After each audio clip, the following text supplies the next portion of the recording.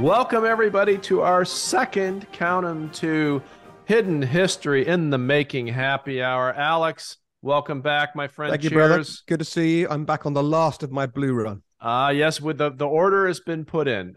We will get you taken care of. So we have a cast of thousands today, almost literally, and we're going to get into that in a second. I will tell you all that our one and only subject for today is Dwight David Eisenhower. We told a great short story about the persistent colonel last time, which we might get into, but today we have a lot of folks on with us who know way more about Ike than we do. I will say, Alex Dean, I am drinking today scotch whiskey because I know that was Ike's favorite, and this is from my lovely fiance, got me the Whiskey of the Month Club, the delightful Glen Shield Distillery. It's actually quite good. Excellent. I'm going to have a scotch after I finish off this blue run. Or you can mix them together and make a rye or something. I don't know. I will say this, though. I have gone the extra mile today to honor our subject, Dwight David Eisenhower, because not only am I wearing a golf shirt and drinking scotch, I actually just got off the golf course. That's how dedicated I am to supporting Eisenhower. So well, we're going to turn it over to these guys, but I will admit to, of course, being less dedicated than you. My commitment to Eisenhower is this. Here is my Eisenhower biography by John Gunter, which I acquired in 2014. Here is my notebook of about Eisenhower from 2014 that is complete and led me to this behemoth, My 3 Years with Eisenhower by Harry Butcher. I've devoured all my Eisenhower texts. And here, which is for the delight of our viewing or video public, are the I Still Like Ike badges, which I sport and love. They were in support of an Eisenhower Memorial in Washington, D.C., campaign I completely endorse and support, and I'll put these badges on for the rest of the podcast. But obviously, Bryan, you are more committed than me. Wow. Well, our viewers can decide. But that button is perfect because this saves me from a difficult decision, which is which of our fabulous guests was going to go first. But now we got to call on Peter. Why don't you introduce yourself and tell us about the project? Hi, my name's Peter Ellenstein, and I'm the producing artistic director of the new Los Angeles Repertory Company. And back when I was running the William Inge Theater Festival in Kansas for many years, I was always looking for Kansas subject matter to try and create programs around. And I stumbled on one of Ike's quotes from his Cross of Iron speech in 1953. And I grew up in, I was born the year he left office. And he is the first president I remember dying when I was young, but I knew almost nothing about him. I knew that he'd won the war. I knew that he had sent troops to Arkansas, and I knew about the military-industrial complex line. Mm-hmm. But that was about it. And I thought of him as this kind of sweet, dodgy old guy who was a military guy. And my parents were both dyed-in-the-wool liberals. And so they had voted for Stevenson both times. Sure, yeah. And but I read this quote of his, which seemed profoundly anti-war. And I went, wow, that's crazy. Eisenhower said this. So I looked up the speech and I read the whole speech. And indeed, it was really a pain to investing in America for peace, and that war was absolutely necessary sometimes, but absolutely secondary. And it made me fascinated. So I started to read some other speeches. And then I looked up to see if there were any plays that had been written about Eisenhower. So I thought, well, maybe we'll do one. There weren't any. There was nothing. Yeah. And so my next thought is I'm calling Richard Hellesen, who's certainly one of the best, if not the best playwrights I know. And he's definitely the best at creating theater history plays, taking history and making them dramatic and making them both true to the times that they were in and relevant to our times. And and we've worked together many times, and we work together very well. And so I called him to find out if he had any interest, and I'll let him take it from there. Well, let me jump to Richard in 1 second, but I have to note, Peter, that my mother grew up in Smith Center, Kansas, which at one point before Alaska and Hawaii was the geographic center of the United States. At least they claimed that.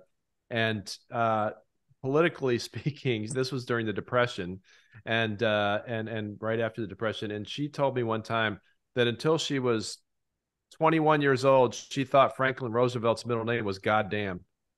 So now that we've already busted our profanity charity for this episode, feel free to speak freely. Alex has a one-finger comment. Ike would have loved that you were saying goddamn. Peter, I just wanted to come in on your point about Eisenhower's death, because in Nixon's memoirs, which is not a book that's long on empathy or self-awareness, there's one part where he talks about his relationship with Kennedy, and the searing envy and wish to be in the gang is apparent. That you see a human piece there. Yeah. Really, the only other time you see a human face in that book, including the Watergate discussion, the only time you see it is when he talks about going to Walter Reed to see Eisenhower on his deathbed.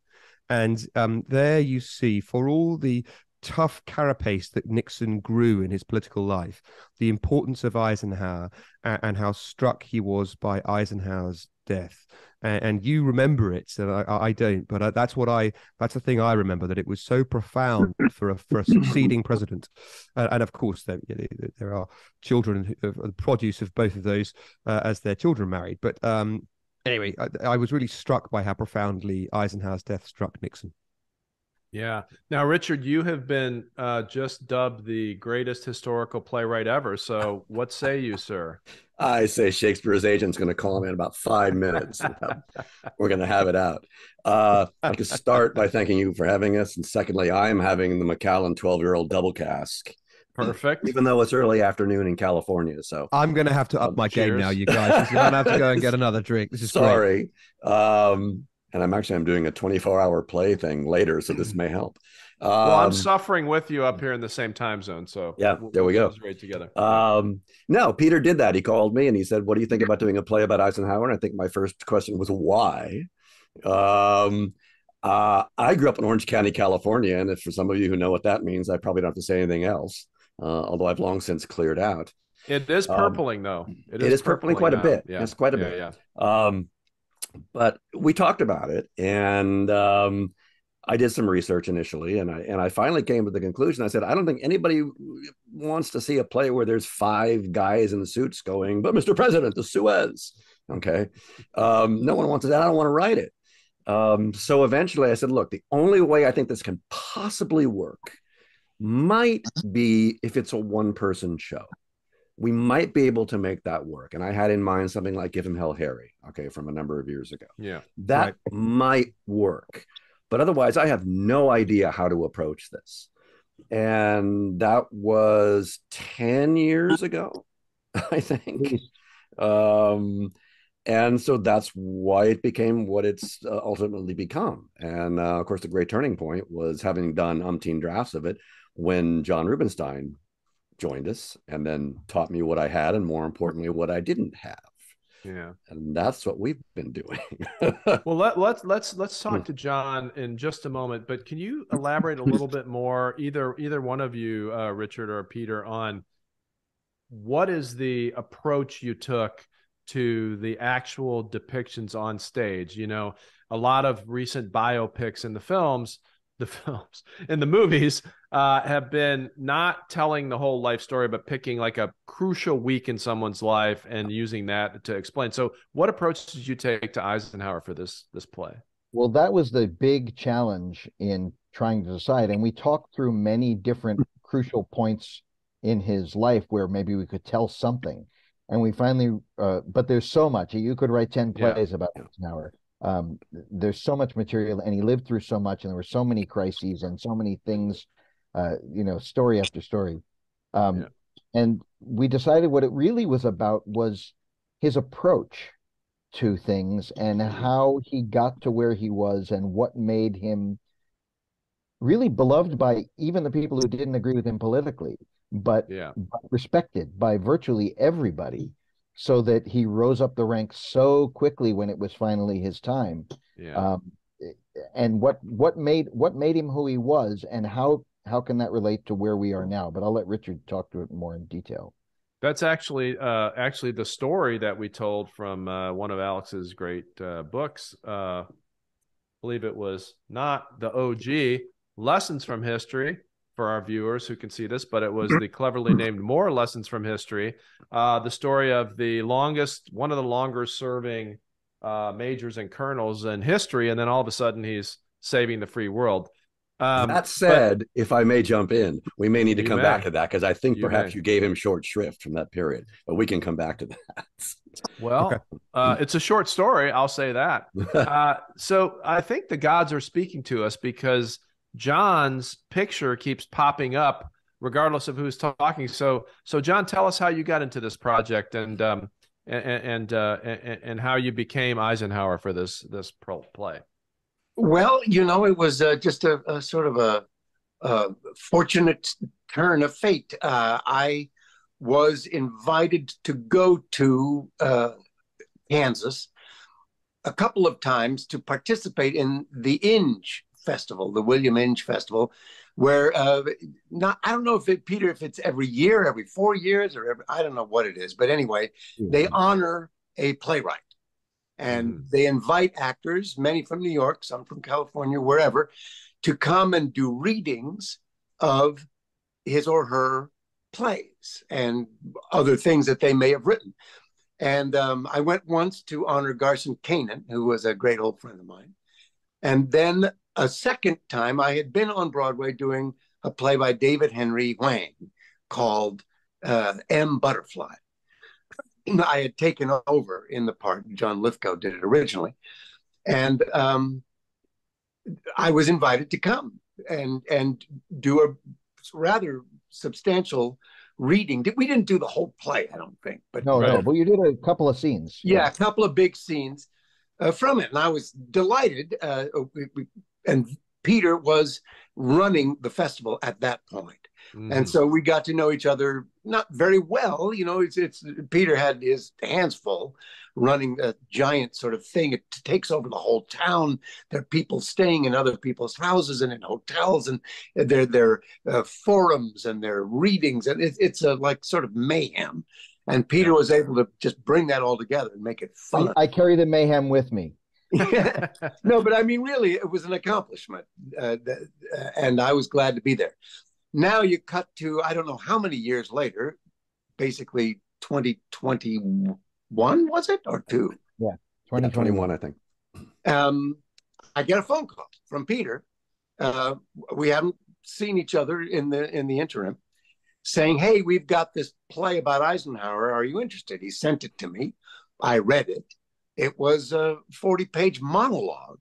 Terrible. What the hell? It was. I can't memorize that. But anyway, Peter wasn't asking me to memorize it. He was asking me to come and just read it aloud to him and Richard. And I said, well, sure. Nobody's gonna destroy my career if they hear me do that badly. So I did, and we all met. I met Richard for the first time in a little room in North Hollywood. And I read the play out loud. I had read it, as I said, at home and thought it was amazing, wonderful, but I couldn't tell if it would work as a play. I just had this vision of some old guy, maybe me, but maybe a better actor, wandering out onto a stage and saying all that stuff. And I said, I don't know, and they had an intermission in it, which it still does. And I said, boy, after that intermission, it's going to be, you can pick your seat, But when we all got together and I just started reading it cold, I hadn't really worked on it. Yeah, I got a little bit of his voice. I listened to a lot of tapes and videos of Ike talking. And about a page in, I was hooked as an audience. Even listening to my own self, and I was hooked as an actor. That happens to Alex all the time, by the way. 100%. Yeah, and it just got better from there, and it was extremely moving, very human. It's a play about a man, a person going through something on a particular day in his life, as opposed to being some kind of rehashing of history as told to you by some mannequin who looks like Dwight Eisenhower. So I was hooked. At the end of that reading, I was in and remained so. That's amazing. And so the next thing that happened was John was about to leave to go do a play in New York, and he said, I can't work on it with you guys here, but once that play's open, if you guys happen to be in New York, I'm happy to workshop it with you, and we'll find a place to do a reading." And so Richard and I sort of thought about it and went, "You know what? We haven't been to New York in a while. Let's go do it." And we had an invited reading at the end of 7 days or 10 days that we were there, working with John on when he wasn't in performance. And at the end of that reading, and Richard just rewriting feverishly as we were hearing John do things, and we were hearing what worked and what didn't, and what was in the wrong order and the right order. And we rewrite all throughout that. And I think we got a script that morning with additional changes that we went over. And we had an invited reading with a lot of theater people there, and we had no idea what it was going to be like. And the reading meant I was holding the book. And right. we did minimal blocking. I sat here, I stood there, but basically I'm just with my nose in a script in front of the audience. So it's not a musical then? Well, not yet. Let's see how the previews in New York go. And Fair. Yeah, I hear there's going to be a couple of theaters opening up. So you know what? We probably should back up, take a step back, okay. Because I'm sorry, I don't even think. No, it's my fault. I don't even think we've mentioned the name of the project or talked about why it's named that or what the day in the life is. Let's get that out to our viewers. Richard, take it away. Okay, it's called Eisenhower: This Piece of Ground. And we don't say the word colon, but we don't say the word colon. We had a colonoscopy. Not even semi. You don't even not even semicolon. Yeah. And you'll find out in the play why this piece of ground matters, because it's both a personal piece of ground and also the larger sense of the nation and the world. But you're very right when you say, what's the approach? Because one person show is the first one-person show I've ever written. They are really hard. Yeah, they're really, really hard to do, because you have to justify why they're talking. Yeah. And as John pointed out a number of times, even when he was doing Children of a Lesser God, and was sign language, right, John? Yeah. And you had to know both parts. I had to say all of her lines, right, because she was signing, and then I had to say all of mine while all of yours. Signing. Yeah. But at least there was one other person on stage to play off. Yeah. Right? When it's just you for 85 minutes, let's say, you have to justify why they're saying what they're saying. So the trick was to find what's the shape of it, what's the framing, hook? What's the framing, exactly, what's the framing. And I got very lucky. I don't know if I want to spoil it or not, but I found something that allowed me to frame it, that would give him a forward movement to pursue something, so that when he tells a story about his father, his mother, going to West Point, D-Day, elements in his presidency, he has a reason to say that, because he's trying to explain something or justify something, or even convince himself of something he's not entirely sure is true. Well, sadly, for our country, it's one of the few presidents in modern history that you couldn't have used an impeachment trial as the vehicle. Everyone knows that trials are very, very good plays, you know. Okay, but I will give this away. Yes. Make some news here on our podcast. Okay, the play takes place after he's president, when he's left. It's 1962. All right. So Kennedy is president. Is it Columbia? He's in Gettysburg. He's already, Columbia was actually right after World War II. It was the 40s. Wrong way around. Sorry. Yeah. Okay. Yeah. Right. Yeah. So he's retired to Gettysburg, and this is true because this is what I stumbled on. The New York Times Magazine came out with the first, to my knowledge, historians poll ranking the presidents. Okay, this is 1962, and he ranks. He's a year and a half out of office, and he ranks unbelievably low. Yeah. Okay. Yeah. I won't tell you where. Let's just say he and Andrew Johnson could have a cocktail together. That's unbelievable. Millard Fillmore is looking back at them from the top of the ladder. Exactly. I mean, Chester Arthur is right. And I want to say, just for those of you who know anything about current rankings, no spoiler alerts. I mean, no spoilers. Yeah. But Schlesinger has a book about ranking the presidents, isn't he? Yes. And okay, sorry, I don't mean to. But that's exactly right. That's who put it together with Arthur Schlesinger, and of course that's the hook, is he sees it and he's absolutely livid. Well, two things. One is he's furious, and of course the second question is, what if they're right? Yeah. Okay. Oh, so it's reflecting back. Very nice. What if they're right? Okay, I need to go back through and figure this out. Okay? Right. Because now it's about my legacy, and that's about my place. So he puts himself on trial, in effect. That's a good way to put it. Yeah.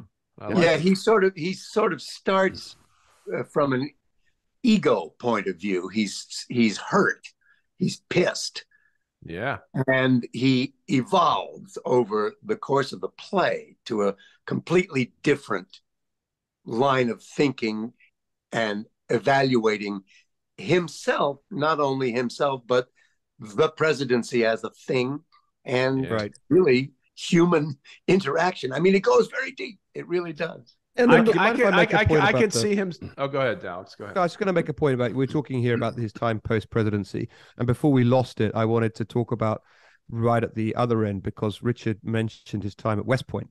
And it's always intrigued me that he came second in the exams for West Point out of everybody who'd applied.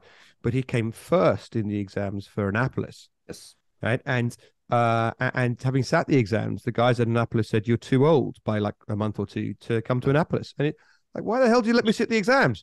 Right. So then off he goes to West Point, where, of course, famously he blows out his knee playing football, and he has to change his whole approach to life.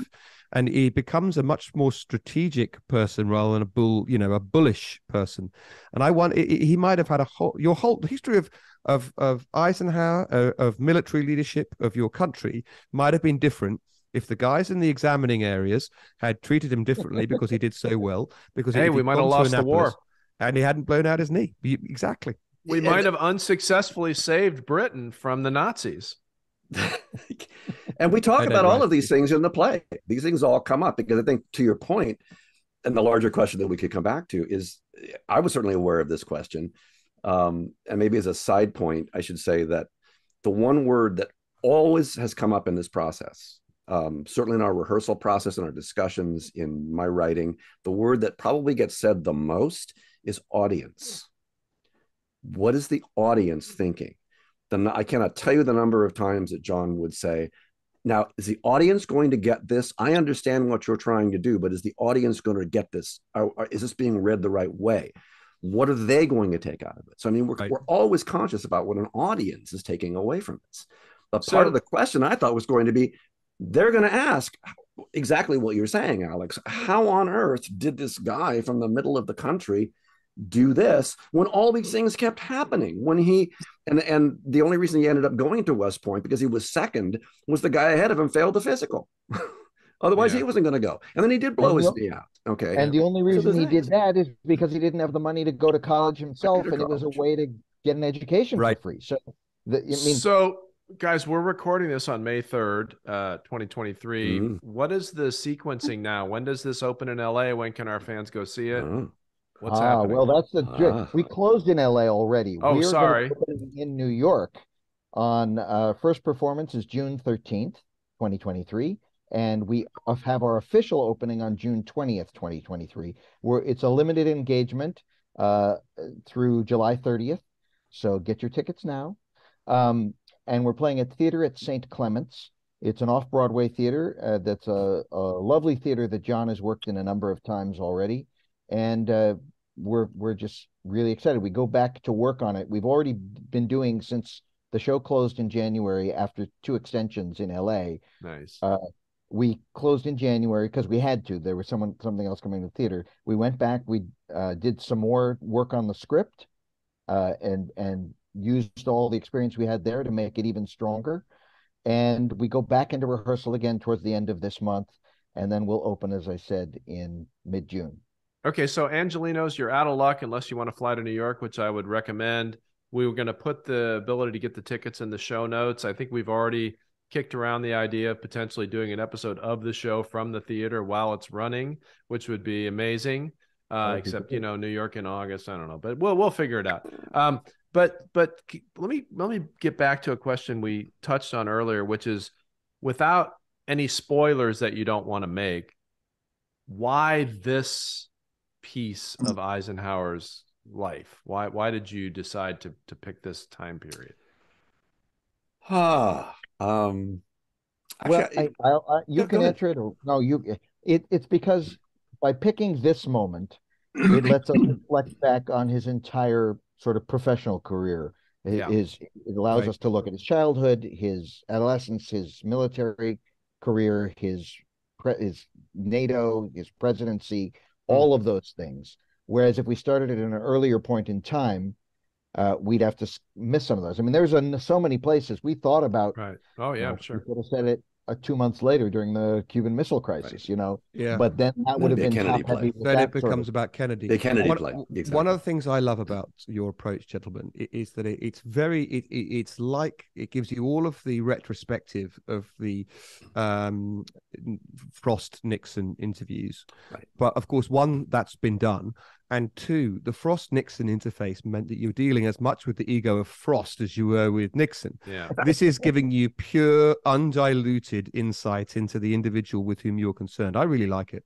Thank you. Yeah. And so the other John, thing, too, if I could just finish up that Peter's thought, sure. what we were saying earlier about the poll and picking on that particular date, clearly we're trying to say something about now.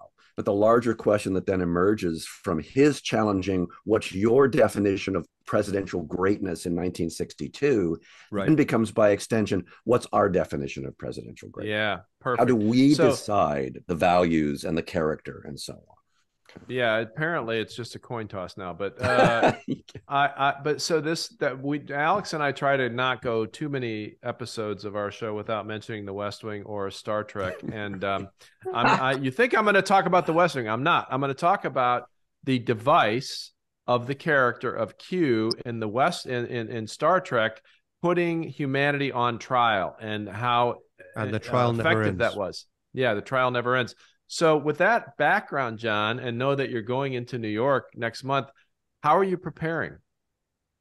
Well, just as a pre-side note, on the very last episode of Star Trek Enterprise, yes, sir, I, a Vulcan, assassinated the leader of the Vulcans and became the leader of the Vulcans. And Get out. I'd seen you somewhere else. That is on my mind. Oh, without the ears, how am I supposed to work it out without the ears? Now I this see. interview is over. We can't have this anymore. I have to let you know that I am the son of the president of the Federation. It's true. It's true. Oh, I know. I know that. Yes, I know your. Yeah. I can see your father in the movie too. Gosh. Yeah. Well, we really have more to do with Star Trek than with Eisenhower. Look what we stumbled into. We will have to have another episode with you guys. But John, I'm sure you studied the definitive Eisenhower performance of Tom Selleck when you were trying to prepare for the role. But what else did you do? Well, I am a very slow reader. And for me to get giant volumes of history and not only read them, but absorb them and remember them, I was always fascinated by history. And I went to very good schools, thank God, and loved my history teachers. However, when it came to exam time, I didn't really do very well at all.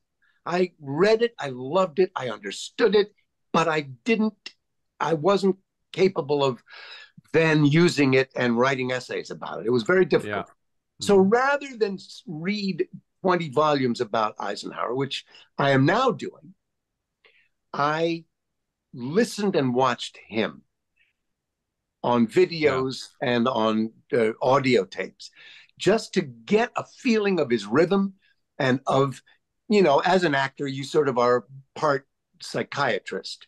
And so when somebody's talking, you don't only hear the cadence and the sound and the pitch, but you have insight into what's making him talk inside that way. And that's what I studied most of all, and learned the history on a sort of daily basis from Richard and Peter, who both are really up on their Ike history, if not all kinds of other history. And I would just say, well, why did he do this? And bang, we would talk for half an hour in the middle of rehearsal, and I would get a really important history lesson, even if it was just about a particular sentence or moment in the play. So at this point, I feel I can't wait to read all of the books that I haven't yet read, and I'm in the process of doing so. But basically, it was trying to get into his heart and mind. I actually met him when I was 7 years. Yeah, tell us about that. Yeah. Oh, well, it was nothing. I mean, my father was a very a prominent pianist, and he would play in Washington, D.C. every year, and would stay at the house of a friend of his and my mother's, a lady named Virginia Bacon, who was a widow of a congressman, I believe, who was long dead. I never met him, but Republicans through and through. And she was good friends with Sherman Adams, who was Ike's chief of staff, I believe. Yeah. Until he had to resign because he got a vicuña coat. The vicuña coat incident. Yes, I recall. Yeah. Something that Clarence Thomas might want to look up. Yeah. Well, now, to be fair, Clarence only got a vicuña stole, and that was only because they were lifelong friends. Right. So anyway, she arranged a meeting at the White House, and we went there, and I was 7 years old or something, but he actually stepped away from a sort of meeting he was having with other people, went through the little crowd, and came and talked to my dad for quite a while, and shook my hand and said, "Well, how are you doing?" And I was like, I'll never forget. Yeah, that's extraordinary. Well, for all of our younger listeners and viewers out there who share John's adversity to massive works of history, can I just recommend Lessons from History there you go. by Alex Dean? No story takes longer than 3 pages. So get that. It's a book designed for the smallest room in your house, gentlemen. Indeed, yes. Lots of anecdotes. Hey guys, while we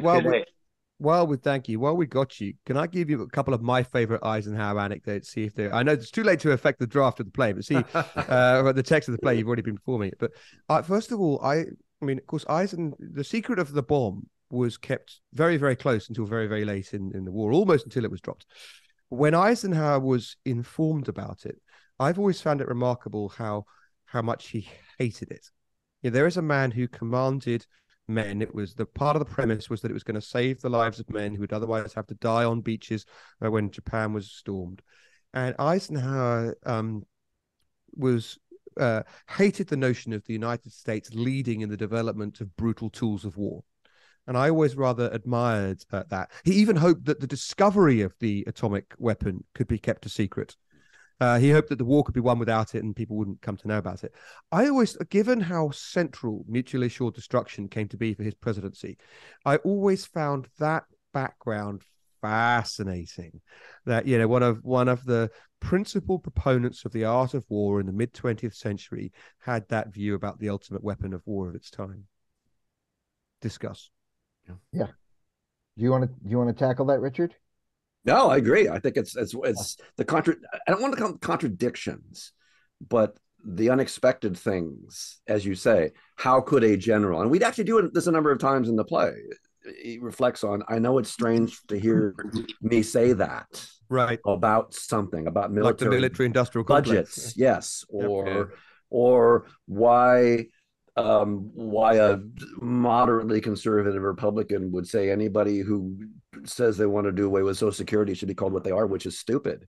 And he said that it's the moderation. I mean, I suppose that's the thing that hangs over the entire thing is that how can you reconcile what are apparently two opposite things, fiscal conservatism and social moderation, leaning in some cases toward liberal things, and have them exist in the same person?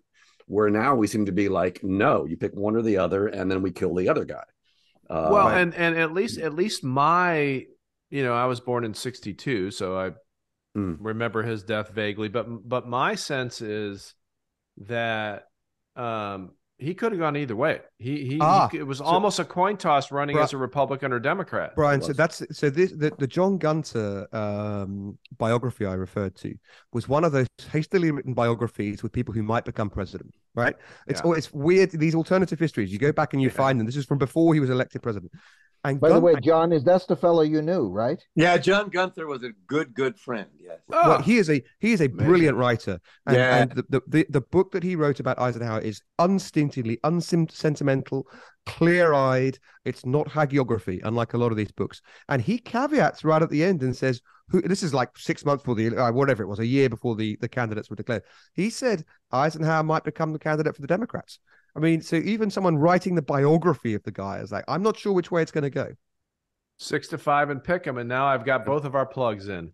Do you mind, John? Do you mind just saying a bit more about how you got to know John Gunter, who was again, it's through my father. I mean, I can name drop with the best of them, but almost never to my own personal credit. Simply, I was around my dad, who was sort of a world figure, and Arthur Rubinstein, by the way. Yeah, we have now deduced that. We will put that in the show notes. Yeah. I mean, it's fun for me to say, I knew Picasso, I knew Stravinsky, I met Eisenhower, but none of them were terribly interested in me. It was simply that I was there as a young fellow. But John Gunther and his wife Jane were very, very close friends, and we would meet them. We would be traveling through Europe where my dad was playing, and they would show up, and we would hang together, and we would eat, and they were great company. I had a slight crush on Mrs. Gunther as a young teenager, but I never declared it. And John sounds like an excellent Nirvana song, by the way. Well, yeah, she was beautiful and very, very, very charming. But he was one of those people who knew everything. Right. And that's like Alex. Well, yeah, and a very outgoing and funny guy. So he would tell long stories about not only history, but about all kinds of stuff, and give it all kinds of color and drama. Well, and that's how he wrote too. I could listen to him for hours. Yeah. What nobody will ever believe that we didn't rehearse this or say, give each other a heads up in advance. That this guy whose book I devoured about Eisenhower 10 years ago and more is what led me to write stories about Eisenhower and so forth. That you actually knew him. We did not know that in advance of this podcast. I did not know that. It was not set up. Absolutely fantastic. That's amazing. So, Richard or Peter, we do a lot of discussion on our show about how history is made and when should it be treated as reliable and all the mechanics of it. Do you guys have a particular message in putting on this play, or is it more you're just trying to entertain and convey Eisenhower the man, or is there an angle here? I think you got to be really careful when you're dealing with drama about messages. I prefer to think of it in terms of asking questions. You put it up there. You can't tell the audience what to think. They'll take away what they take away. I don't know why this jumped into my head earlier today. I was thinking about the apocryphal story about the guy who went to see Death of a Salesman when it was first out and was over. He turned to his wife and said, I always said that New England territory was no damn good. That's what he took away. Right. Nice. All you can do is just put it up there and to be as honest and truthful as you can, but even that's a question. And I think it was one of the things we possibly talked about previously when we're dealing with historical fiction. What are the levels? How much history, how much fiction? To my knowledge, Henry V never actually said once more into the breach, dear friends, once more, close up the wall, they're English dead. But it's a great line. And a great scene. It encapsulates the spirit of the man as exactly. So the extent to which you tell the truth by other means might be a way to put it. Right. We do have a lot more video of Eisenhower than we did of Henry V. We did. That is also true. That is actually a fact. That is true. But can you get into, and this is actually interesting, it's something that one of Eisenhower's mentors, a general named Fox Connor, who taught him a great deal, they would spend hours, and Connor would quote Shakespeare, and he would say the thing about when he writes generals, he knows these soldiers. He's just taking what he knows about these soldiers he's met in the Midlands or in London and wherever, and he's applying that knowledge to Henry V, to whoever, the generals. But we have a scene in the play, which obviously took place very realistically in Ike's life, that very much mirrors Henry V visiting the troops the night before the battle. The night before D-Day. Yeah, exactly. So, I mean, I think it's fiction because you're making stuff up. And obviously I'm quoting when I can, but I'm not unwilling to change an actual factual line to make the rhythm better. I'm not going to be verbatim if it's making more dramatically interesting. But as long as you have a fundamental truth, it seems to me, about what you're saying, and you're asking a question that has relevance to a contemporary audience, not telling them what to think, but saying, look, this is a man who lived and said these things and believed in these things and had these values. And we're going to show you that. And then you take it from there. Okay. Right. And where they came from, I mean, part of it, the fascination for me of people like Eisenhower or Eleanor Roosevelt is how they grew and changed over time, and how they applied the things that happened to them in their lives to themselves and made themselves into better people. And as opposed to sticking with what they knew and that was it, there was, while the values may have been there, the circumstances were there. And we cut many scenes from this play that were wonderful scenes on their own, and we just didn't have time and room for them, about different lessons he learned in humility and understanding. And I would love to see the director's cut. Yeah, exactly. We gotta get that out there. Not least because the books that I've been writing are about lessons from history. But your point about lessons that he took about humility and so forth. Richard was mentioning Connor, Major General Connor. When Eisenhower worked for him, it was 22 to 24, and there's some very interesting lessons I think that he took from Connor. The first was constant study. That one of the roles of a soldier is to constantly continue to educate yourself rather than to think that you're the finished product. The second is on a more kind of basic level, was that Connor said to him several times, you see that guy over there, George Marshall? That's one of the most brilliant soldiers of his generation. Junior guy at the time. Right. And Eisenhower never forgot that, and so it came to pass. But I also, he taught him things about that he foresaw things about the Second World War that Eisenhower came to live. Versailles made a second war inevitable. Connor believed that that it would be a coalition war against the Germans, and that America would be in it again. That it would be won by the Western Allies, but with a unified command.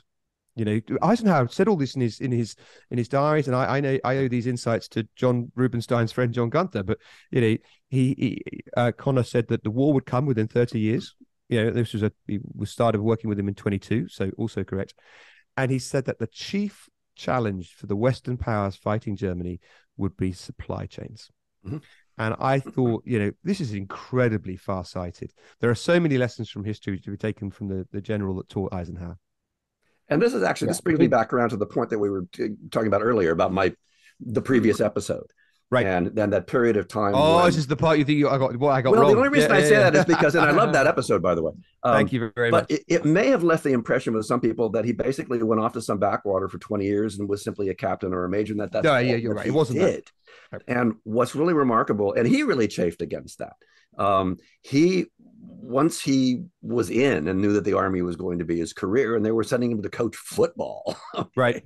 He was like, he didn't get a battlefield command. He never had a battlefield command ever. He missed. Well, he did. Didn't he finally in North Africa? Yeah, sort of. He was sent to coach football. He was sent to run a tank training camp. We talk about that in the play. But he, in terms of, we look at, and I think Bryan said this, the idea that now that you go straight up, you're up or out. You keep advancing up. Yeah. And Eisenhower's career was almost like chess. It was like sometimes you move forward, sometimes you move laterally, sometimes you go backwards, and then you make a jump. And at every one of those steps, he was learning something. So when he was part of the first cross-country auto trek to drive across the country, He discovered how bad the roads were. Yeah, and that taught him something. He was responsible for helping the highway system. Yeah. The highway system. He was responsible for helping decommission after World War I, and he realized what happens with all that material and those soldiers. He was studying battlefield plans, but Connor would always have him read historical battlefield plans and so on. He went and did the guidebook. He was furious. The guidebook to the war monuments after World War I, the war he missed. He had to go write a guidebook.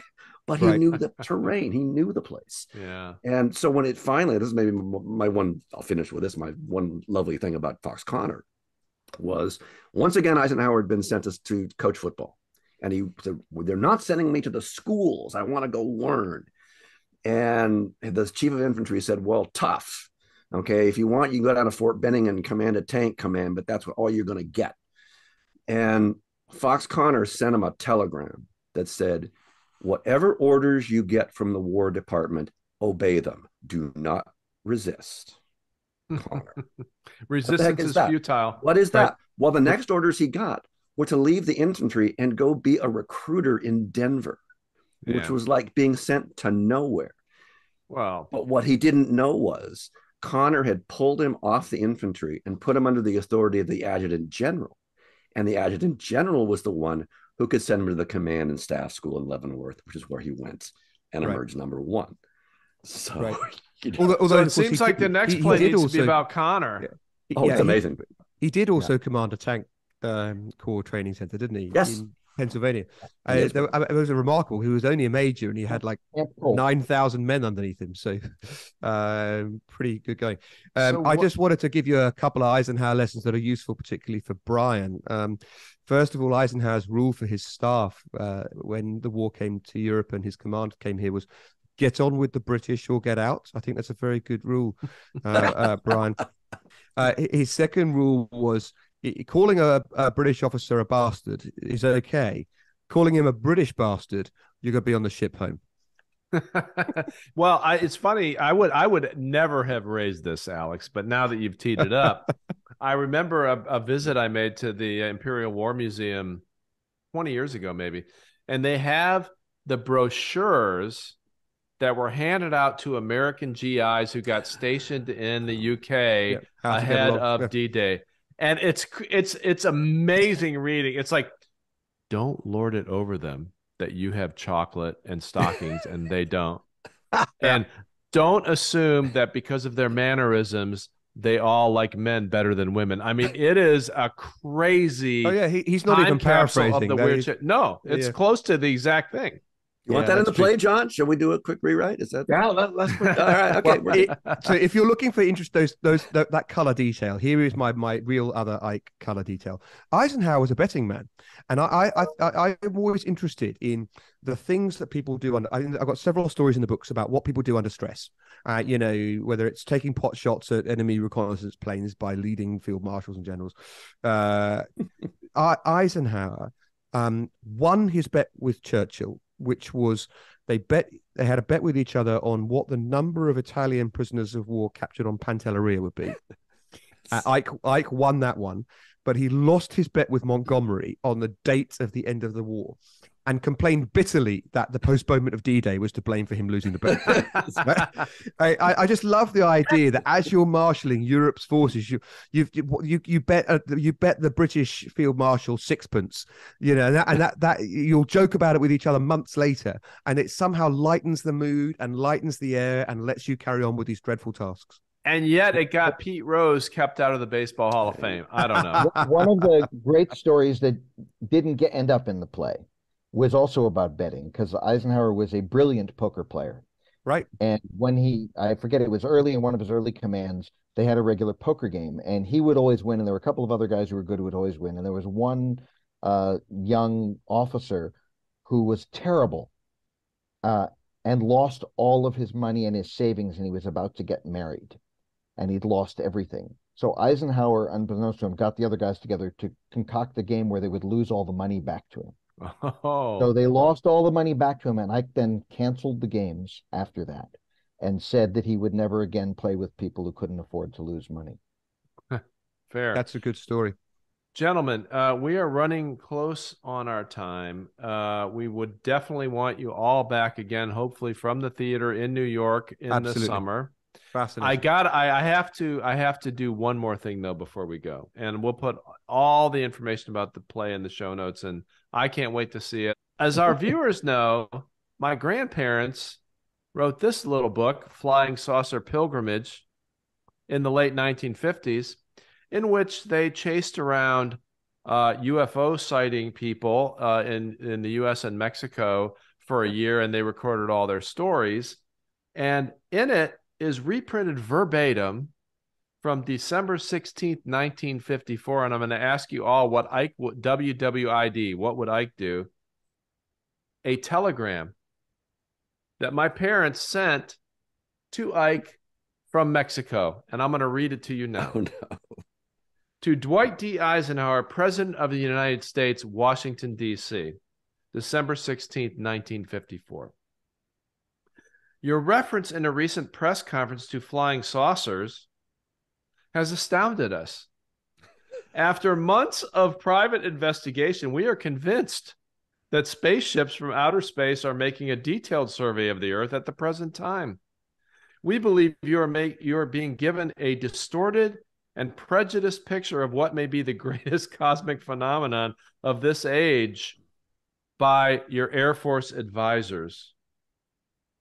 We think you are the greatest president of the United States since George Washington, but we are highly disappointed that you are listening to these experts instead of investigating the facts for yourself. I hope you will appoint a scientific commission to investigate and report. Bryan and Helen Reeve, U.S. citizens, 1954. How would Ike have responded? Well, that scene was actually in the first act originally. And because I'd come across it, and we ran short of time. So, it was, it was that or Khrushchev, and we had to go with Khrushchev. But we decided, we had to cut the aliens. Fair. Well, first off, they're union aliens, and they're very, very expensive. And luckily, the producers of American Horror Story do not agree with you, because they have a whole season about Ike and aliens, which I'm sure you've probably seen. Guys, this has been great. I have one last kind of serious question, and I'd ask this to all of you. What do you hope the people that come to New York and see this play, as Alex and I will, what are the most important things to take away from it in 2023 or 4? John? Wow. That's a big one because there's so many. But I mean, it's sort of a compilation of pretty much everything all of us have been saying this whole time, which is these days, one doesn't hear or read about a current politician, be it a president or a congressperson or, state legislator, talking with the intelligence, foresight, as Alex was saying earlier, and compassion and honest caring about the people he or she represents. There's no statesman. Be it the soldiers he's sending to war, be it the citizens of the country that he's the president of, or the students at Columbia University. He genuinely cared about them and wanted to make their lives better. And even though that sounds like a cliche, it's rare, if almost ever, that we hear any of our politicians reflect that kind of humanity. That's what I want them to take away from it. Fair. Gentlemen? I'm going to let Richard speak last, because I'm sure he'll have the wonderful things to say. For me, it's all of what John said, but also Eisenhower says stuff that's going to shock liberals and is going to shock conservatives who both think they have an idea of who he was. Yeah. And because he's the one saying it, they're able to take it in. and reflect on it in a way and think about it in a way without the defensive teams attitude that we all seem to carry with us. Yeah. And that sense of reevaluating that we should not, we're all human beings, we're all on this planet together, we're all in this, except for you, Alex, are in the country together, and we're and we have to deal with this stuff, and turning everybody else into an enemy. Yeah, maybe his example can keep us from retreating into our corners. Yeah. So that sense of both self-reflection and looking at your neighbor and listening to your neighbor a little bit differently, and opening one's mind and embracing a center, because that's where most of the people live. And I'll turn it over to Richard for more. Richard. Very little I can add to that, to what both John and Peter have said. The only thing I can think of is I have him quote the West Point cadet prayer in the play. And the line that always jumped out at me when I first read it is, make me to choose the harder right instead of the easier wrong. Yeah. And I think if people come out of the play saying it's hard, it's tough, it's not easy to live, there's a lot of challenges, but if we can, and we're able to do it, we have done it in the past, we're capable of it. If we can continue to make ourselves to choose the harder right instead of the easier wrong, we'll come out of this, we'll be fine. It was a perfectly chosen line, if I may say, because the man truly believed that, I think. You matched the art directly to the subject very well. Thank you. I wanted to quote one line which didn't make it into the play, and there's maybe one of my favorites, which is, and he said it many different ways, so he paraphrased himself in it, and I don't even know whether he coined it, but he said, when going into battle, the plan is meaningless. Yeah. But the planning is indispensable. Yeah. Yeah. And that's a way of approaching most things in life, I think. Yeah, it's very profound, and there's multiple versions of it. I think Patton said that no battle plan survives the first shot, and Mike Tyson said everyone has a plan until I smack him in the mouth. And but it's true. You if you're not prepared to modify your thinking, then you're not prepared. End of story. Great conversation, guys. Thank you so much. Amazing. We're gonna invite all of our listeners to come to the show note. We're gonna put it in the show notes. Come to the play. We'll hope to see you there. Thanks, guys. Good luck with the show. Thank you so much. Thank you.